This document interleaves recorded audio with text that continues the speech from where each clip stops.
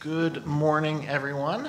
My name is Chase Nordengren. I'm from NWEA, and this presentation is going to be taking a look at assessing social emotional learning.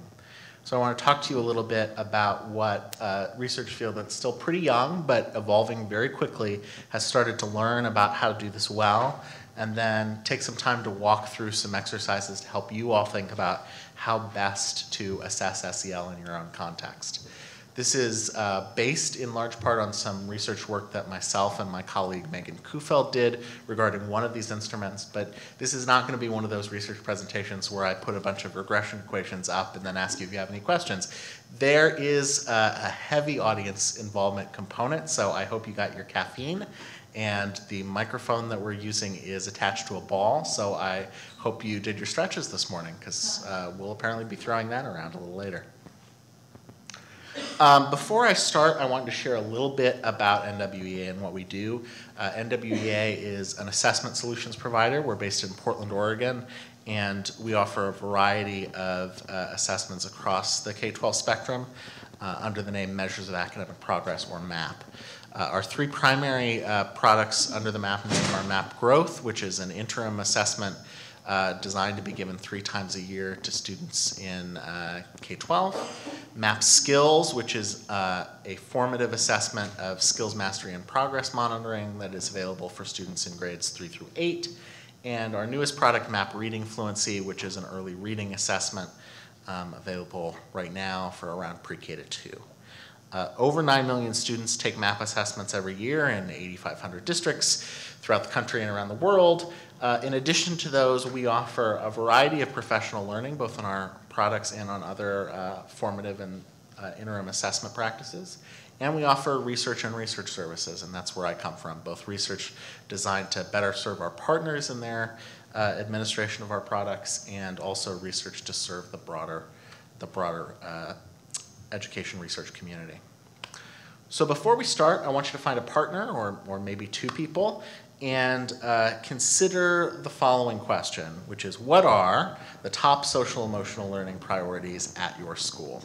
I'm not giving you any definition or parameters around anything other than that, so interpret the term how you wish. What are the top social emotional learning priorities at your school?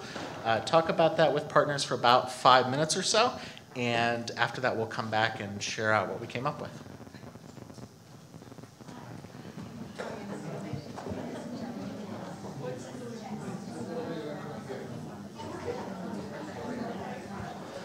All right. Well, our audience microphone is contained in this fun little blue ball over there that Ronnie has, and so you will see this, I guess, in every session this week. But whoever would like to start by talking about this, just kind of raise your hands or get prepared, and Ronnie will toss the ball in your general direction. So, who would like to share some of the top social emotional learning priorities that are on their mind?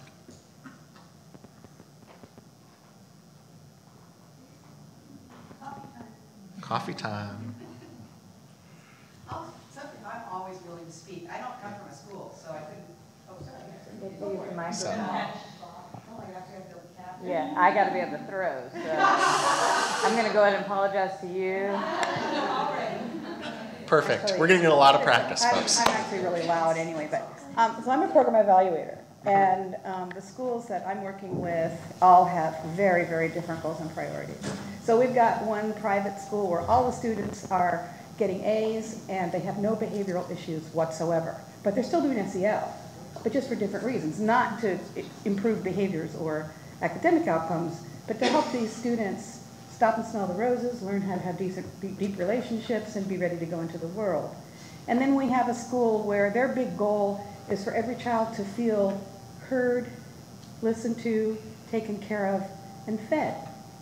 So the goals are just really all over that. I just wanted to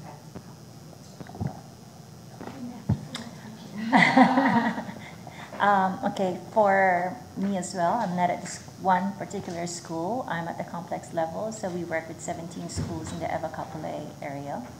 And I think I'm the SEL lead for a complex, so what I find when we visit schools are, I think, the culture of the school, starting with the adults and looking into what's going on, what are those barriers or beliefs about students, and how we teach students and that kind of stuff. I think that's one of the priority, is having the adults work on themselves first. Anybody want I to will represent walk this it side of the room?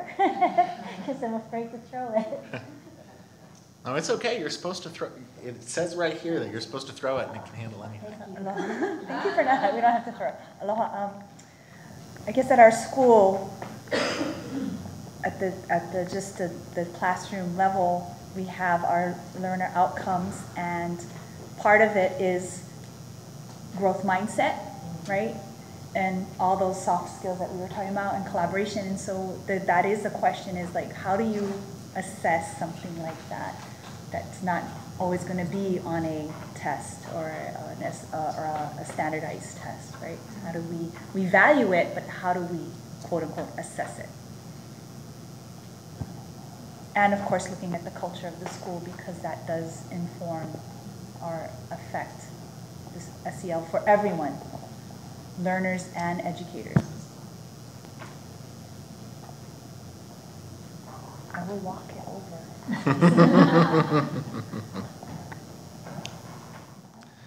Well, we'll start there, and I'll prod this side of the room a little bit more as we go. You won't get out that easy. This is the smallest font in the presentation, I promise. In the study that we did, which I'll talk more about this morning, we asked the teachers who worked with us to identify some of the aspects of SEL that are very important to them. And here's that list. You will definitely see some commonalities between some of the things we just talked about. And this list, growth mindset is certainly represented there in a couple of places. This notion of feeling happy and feeling heard at school is definitely a big theme.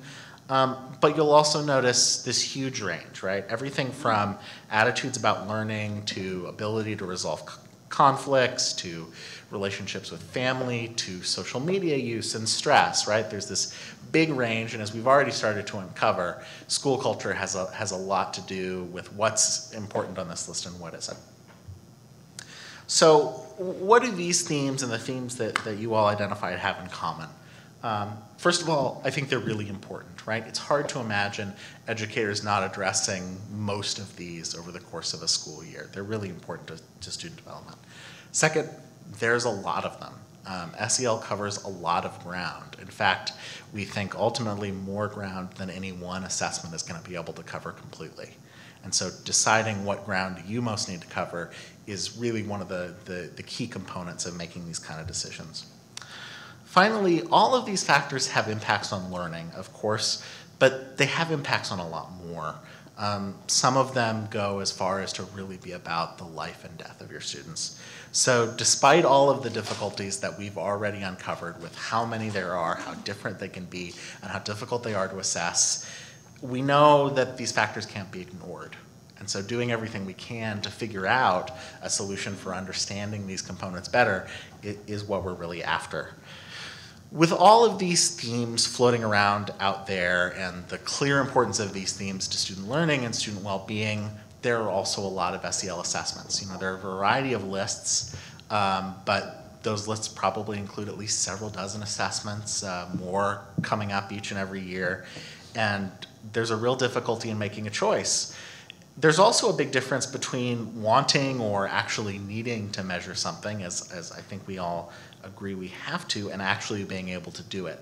The scholars Angela Duckworth and David Yeager write that the field urgently requires much greater clarity about how well at present it is able to count some of the things that count.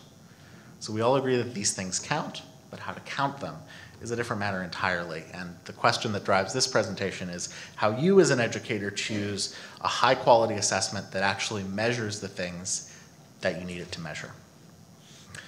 And so I'm going to go about approaching that question in three different ways. First, I want to identify some of the big choices that I think are really important as you start to think down the road of what you need these assessments to do. Second, I'll take a closer look at the study we did, which is about one of these assessments, and share some of the key findings with you as a way of talking about what else we've learned about this process. And then finally, I'll try to pull them both together and talk through some best practices when picking an SEL instrument. Throughout, as I've said, we will have a chance to be thinking about these decisions and talking to each other and throwing a rubber ball microphone around. So I hope you brought your energy. Let's start by talking about those choices. I want to walk through a couple of things that are important in any assessment, 3 sets of choices that are specific to the SEL assessment world, and then give you a chance to turn back to your partner and talk about how you might make some of those decisions. So first, a few kind of big picture considerations. These are things to think about with any assessment, academic or otherwise. First, you obviously want to think about the rigor and quality of your instrument. It's a perfectly reasonable expectation that an assessment provider provides you extensive evidence about how an assessment is a valid and reliable measure of what it claims to measure. There are a couple of different ways to navigate that work. You can, of course, turn to those providers directly, or there are a couple of really good guides. One that I really like that has very recently been released is a guide by CASEL. Their assessment guide, which is at measuringsel.casel.org, starts with this set of questions. They're very similar to the kinds of questions that we'll be asking today around what competencies or skills or behaviors you're interested in, why you want to assess them, and figuring out the role of the assessment in your environment. And then it goes from there to providing you a list based on some of the choices that you made of assessments that might fit that need, and provides a bunch of information about both who the assessment is for, and if you click into that read more link, some of the research that companies have done on that assessment to demonstrate its use. So that's a great place to start. Second, you want to think about cost. Finances are obviously the first thing that we all come to when we think about cost. And there's a wide variation in this world between assessments that are free to use and assessments that cost significantly more. However, you also want to think about other kinds of costs. Assessments take staff to administer. They require a great amount of time to first administer and then interpret and understand and apply. So you want to think about how a school staff is going to be able to both provide that assessment and then actually use it day to day to influence their practice. And then finally, access to data. A big theme of what we talk about over the next several minutes will be about how to make sure that the people who need access to SEL data actually have that access and then can use it effectively. So you want to be sure that the assessment provides a way to read and interpret data in a way that's accessible for those folks and that's appropriate to their role. So when thinking about SEL assessments in particular, there are kind of 3 big considerations that I want us to keep in mind. The first is who completes the assessment, and I see kind of 2 big categories here. There's a set of assessments that are completed by students directly, and there's a set of assessments that are completed by their teachers through either observation of student behavior or by something that reflects teacher opinions. Student assessments have the advantage of providing a kind of direct window into students' thoughts and feelings. Students are often the best representatives of their thoughts and feelings, and they can provide insights about either areas that teachers don't have as much access to, like a student's family life, or they can show disconnects between what a teacher perceives and what the student perceives that can be really instructive. The downside is that these assessments can cause either discomfort for students or discomfort from their parents in a way that needs to be addressed. Particularly assessments that address what we would consider socially questionable behaviors, drug and alcohol use, sexual behavior. These are the kind of things that raise a lot of red flags early and that you kind of have to get out in front of if you want to be a part of your assessment solution. Teachers can also participate in this assessment through, as I said, either observations or collection of their opinions. Major advantages here are that teachers can apply professional judgment. This means that they can often look at more complex items and more complex assessments. A 3rd grader may not have as much introspection about their own thinking as you want them to. A teacher can provide some of those insights. The downsides are some very legitimate bias concerns that can raise some real equity problems and have been explored in a lot of research. We all know that we all carry a set of implicit biases, particularly when they come to student behaviors and how those behaviors reflect on students as people. And so if you're going to go down the road of providing a teacher assessment, you really want to help teachers get in front of understanding those implicit biases and making sure, to the extent possible, they're not going to be reflected in their judgments of students. So the second choice to think about is how to measure skills, mindsets, and behaviors. The vast majority of instruments in this space are surveys, where you provide either the student or their teacher with a set of questions. They often decide whether they agree or disagree with a set of statements. Pretty direct way to get at student mindsets. These are simple to administer. They're generally fairly cheap or free, and they lend themselves to pretty straightforward interpretations. If the question is about whether a student is engaged in school and they say they aren't, that lends itself to a pretty straightforward interpretation. However, there are two kinds of biases that researchers in this field identify with surveys to be aware of. The first is called reference bias. The idea behind reference bias is if you and I read a question, we may interpret a question worded the same way in two different ways. So if I ask you to describe the best pork dish you've ever had, a lot of folks in this room are going to turn their minds to Spam, right? I'm from Iowa. I had a lot of pork tenderloin sandwiches as a kid. So we're reading the same question in two very different ways. The second kind of bias is called social desirability bias. And this, in short, is the idea that any individual taking a survey is going to be inclined to over-report some of the behaviors that they think that you desire, and underreport some of the ones that they think you won't. So in an effort to please their teacher or please their parents or please a reader, students may be more inclined to report kind of higher engagement, higher happiness, higher overall satisfaction than they actually feel. Alternatively to surveys, there are a number of performance tasks popping up in this space. These often come in tandem with curricula. They may come in the form of an app or some other way to really engage kids. But basically, it's the whole host of assessments that create a particular situation, an interpersonal conflict, a set of study skills that need to be gained, and ask the student to respond to those in a way that ostensibly demonstrates their skills in the area.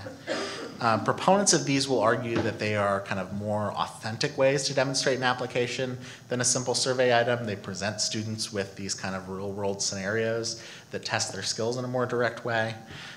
Opponents would generally argue that these can be removed from day-to-day practice. It's possible that a child can be presented a scenario that doesn't really fit their cultural context, doesn't fit what they experience on a regular basis. So you want to be careful of that. And then finally, these are still relatively rare and often quite expensive, and that can be a barrier kind of from the outset for a lot of schools. And then finally, let's talk about what you want the assessment to address. As we've already seen, I can't give you a full list of the options of various kinds of skills, behaviors, and mindsets you could address because it's just too long, and we've already identified a bunch of them. But here are a few things to think about as you're making your own list. The first thing to think about is district and school standards. Increasingly, a lot of districts are implementing either social emotional learning standards or non-academic standards, different kinds of skills that they want students to bring. And an SEL assessment can often be a powerful way of demonstrating that you've actually been able to meet or improve on those competencies. Second issue to consider is student age and development, particularly thinking about what kinds of skills are appropriate to assess students on at what ages. A second grader may not be fully prepared to articulate why they want to go to college and what they want to do with their future. An 11th grader may be ill-suited to talking about kind of how they resolve disputes between their friends. This is another thing that, in tandem with thinking about school culture, you want to think about as you're identifying assessments. The third idea to put up here is college and career readiness. A lot of schools have this as a primary focus, and increasingly there's a lot of overlap between what are considered college and career ready skills and what might fall in the SEL space.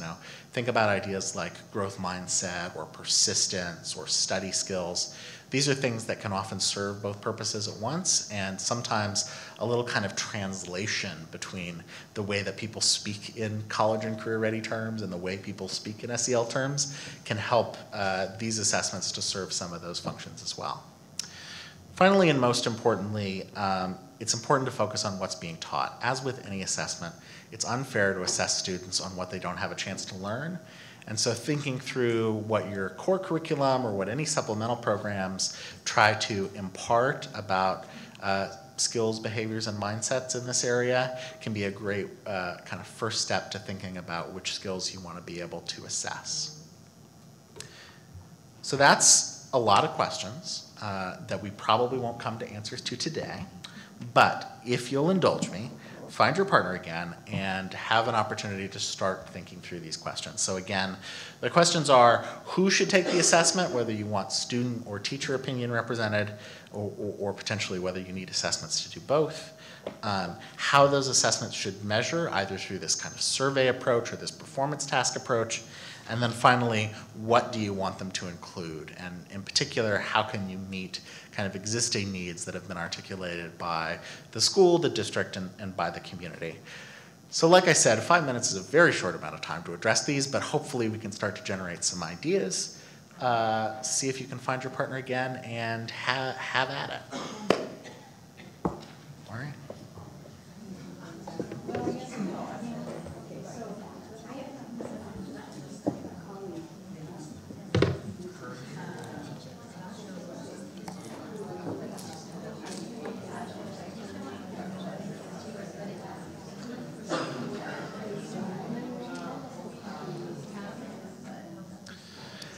So for anyone who wants to share out at this point, let me ask this question.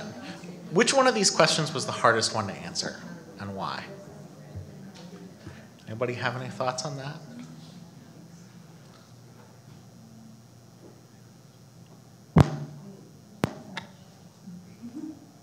They were all just so very easy.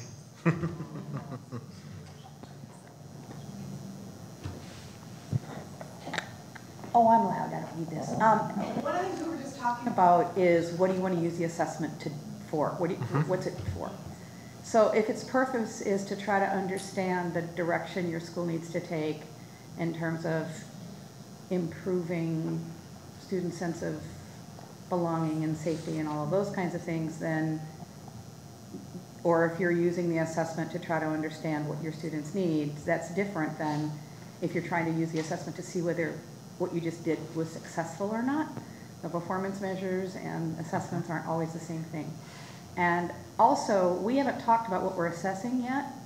So I'm assuming, just based on what you've presented here, you're talking about somehow assessing students' SEL skills or competencies. And as a devil's advocate, I would say that's old-fashioned. That's based on this idea that the student has some deficit we need to fix or some lack of knowledge we need to fill their head with, and then we're going to go see whether their head got full of it.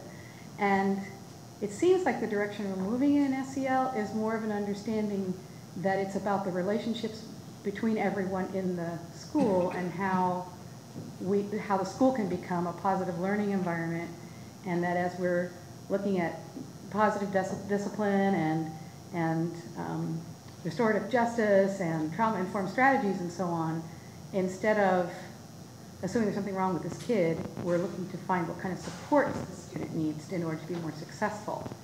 And that's different than assuming that the student lacks some skill that you're trying to give them. So I was just curious, we use this term assessment, and in the education world, usually it's assessing the student, but I didn't know if you meant school climate or something.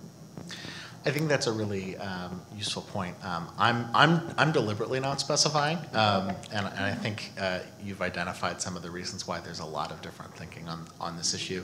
I think you'll also find as you explore that a lot of assessments fall on one side or the other of that divide, or attempt to hug it in some interesting ways.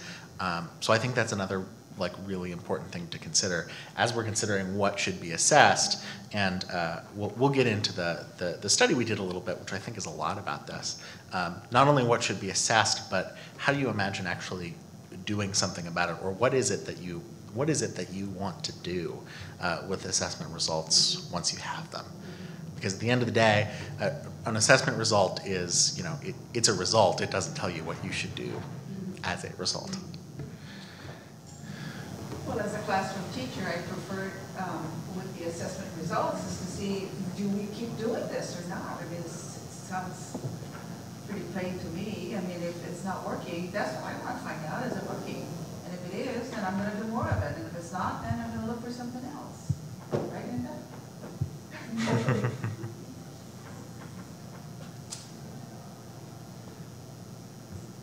Anybody else want to weigh in on this one?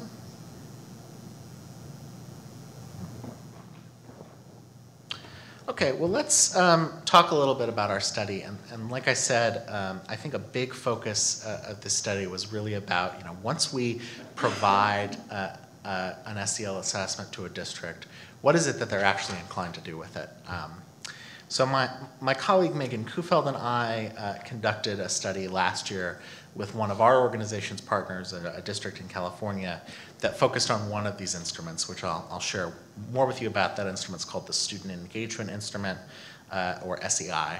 We raised a number of points that are about that assessment specifically, but also some points that I think pertain to any of the assessments you might choose to adopt or any of the processes that you might undertake to select one. So to give you some sense, the Student Engagement Instrument is one of these surveys. It's given to students in grades 3 through 12. It has about 33 items, so it takes students anywhere from 10 to 20 minutes to complete. And it measures or attempts to measure two key constructs. The first is what they call cognitive engagement. They describe cognitive engagement as how students feel about school and about their future. They also measure a construct called affective engagement, which they think about is how the people around you, your peers, your teachers, your family, help you or hinder your learning. The designers used a lot of literature to design the assessment and oriented it around this framework. It's gone through all the kind of appropriate and typical psychometric steps in terms of validating that it measures what it says it's supposed to measure.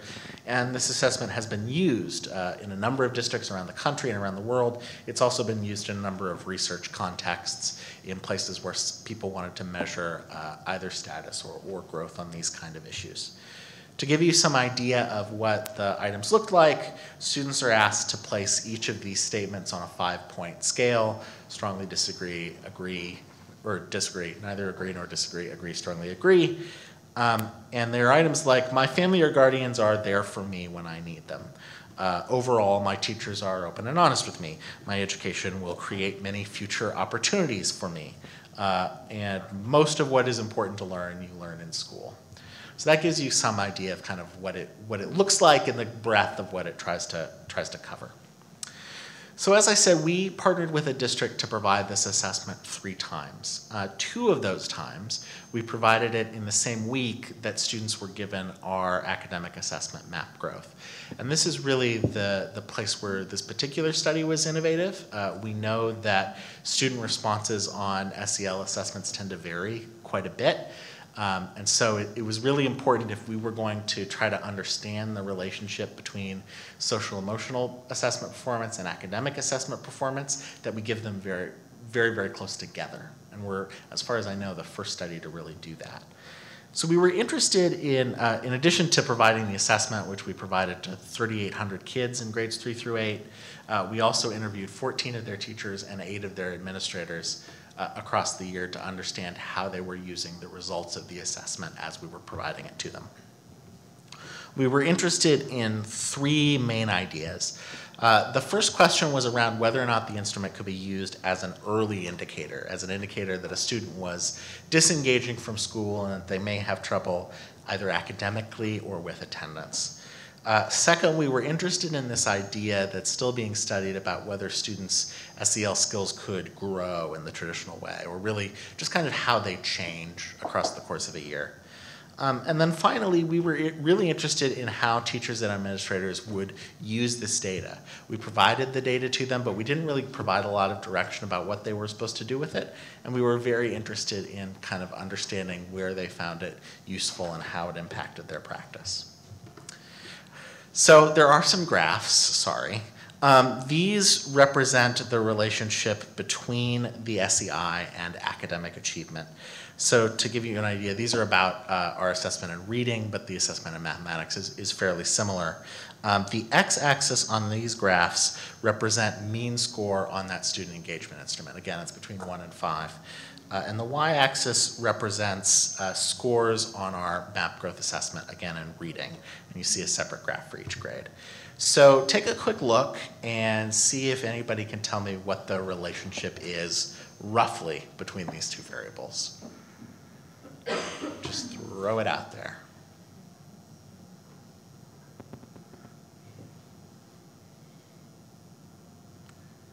Does the relationship appear particularly strong? So there's a little bit of a pickup there in 8th grade, but on the most part, these are still pretty weak, right? They're in the kind of less than 20% range, and in the early elementary grades, they're a lot lower.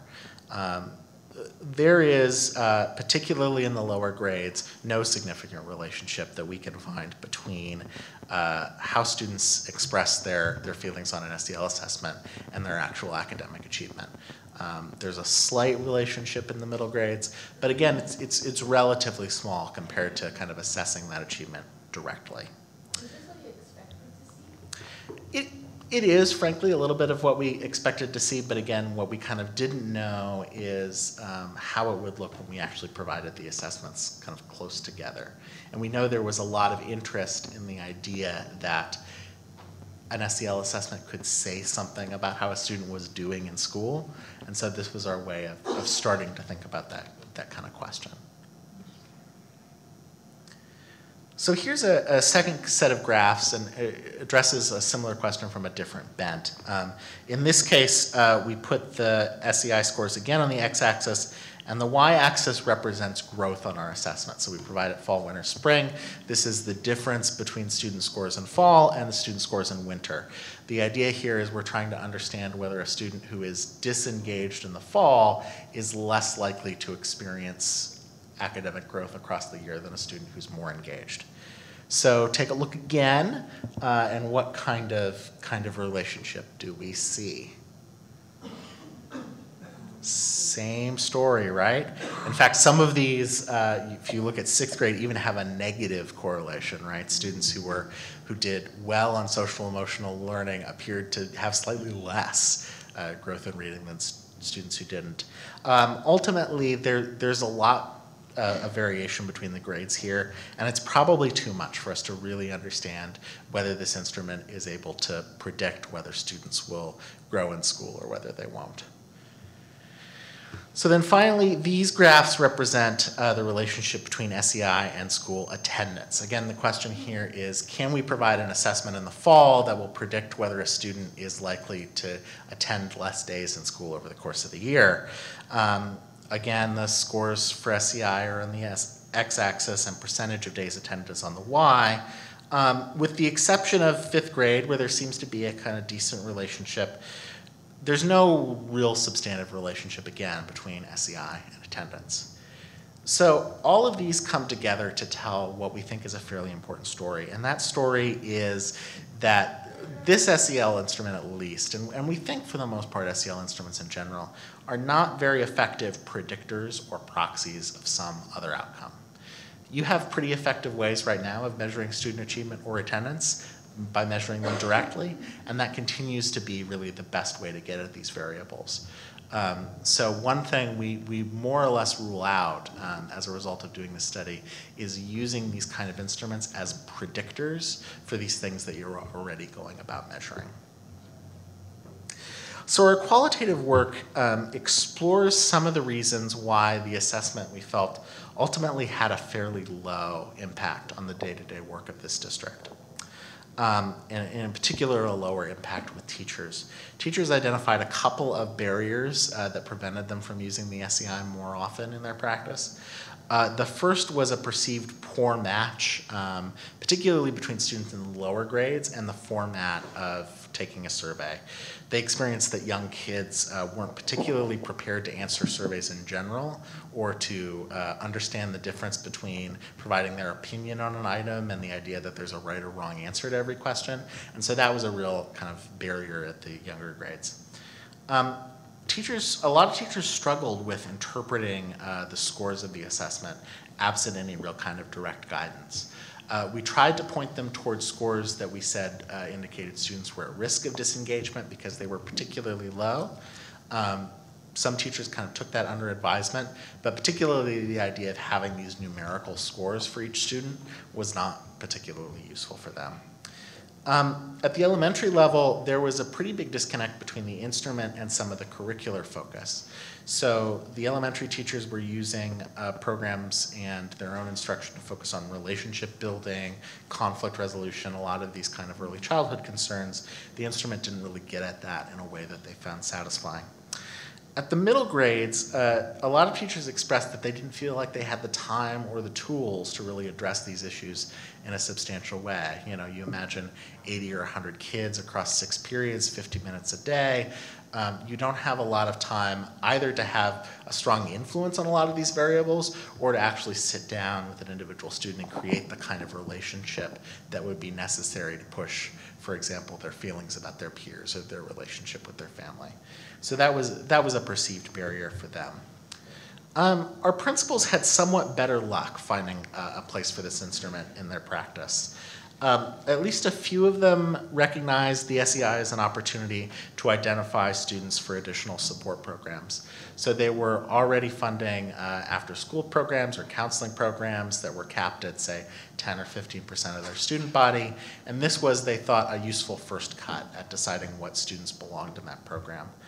Others saw an opportunity to meet policy mandates in a relatively low stakes and low effort way.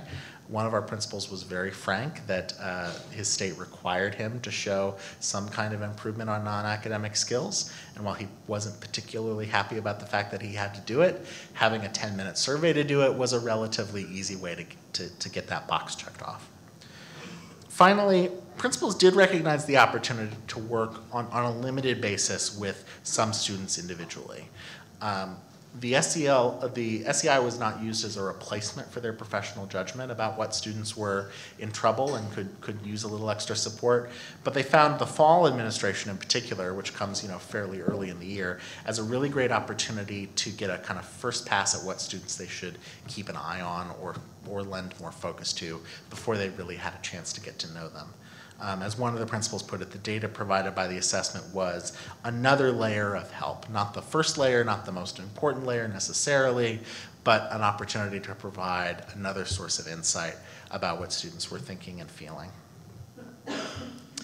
So now that I've summarized that story, and we see this kind of mismatch between expectations and use. As assessment designers, we expect a certain relationship with other kinds of outcomes with this assessment that didn't necessarily appear. As educators, there's an expectation that assessments are aligned to what's being taught and what's available in terms of time and resources. With that in mind, we think this study really underlines the importance of the proper match between the assessment in SEL and the school or district context where it's being given, making sure to match what the assessment measures to the way that we plan on teachers and administrators actually using it. If this hasn't scared you away from the prospect of assessing SEL entirely, one more set of questions to take a look at with your partner. And these are questions that are kind of refined versions of our first questions based on what we've learned. And they are, who needs the data from my assessment? What do I want them to do with that data? And how can I support them in doing it? So take a couple minutes. We're pressing on time, so I might say 3 minutes actually, to look at some of those issues, and then I'll come back with some kind of conclusion and closing thoughts.